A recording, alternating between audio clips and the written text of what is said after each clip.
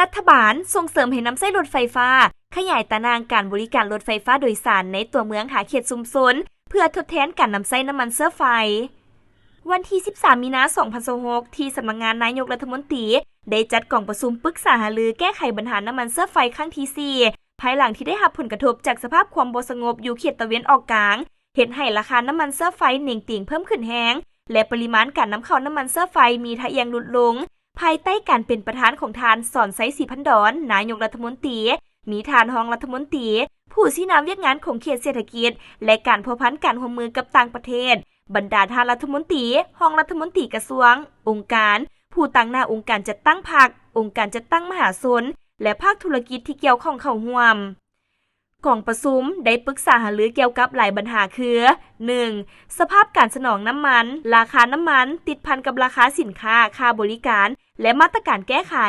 ทางนโยบายและมาตรการคุ้มครองการนำเข้าแจกย้ายและราคาน้ำมันโดยได้ลงลึกพิจารณาบางปัญหาสำคัญเป็นต้นกลไกนโยบายต่อการนำเข้าน้ำมันเชื้อไฟที่วางไว้และจากหลายแห่ง 2. กลไกการติดตามการกวดกาการคุ้มครองคลังแฮน้ำมันและการแจกจ่ายบริการสังคมให้รัดกุมชัดเจนและมีประสิทธิผลสูง 3. การคุ้มครองบริหารน้ำมันภายในประเทศรับประกันให้มีน้ำมันใช้ต่อเนื่องทั่วถึง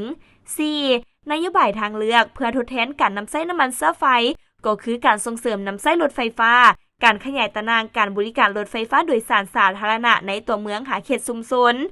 5. การเพิ่มทวีเอาใจใส่ต่อเวียกงานโฆษณาเผยแพร่และปลุกระดมสังคมให้ทำรู้เข้าใจและมีสติต่อชาติ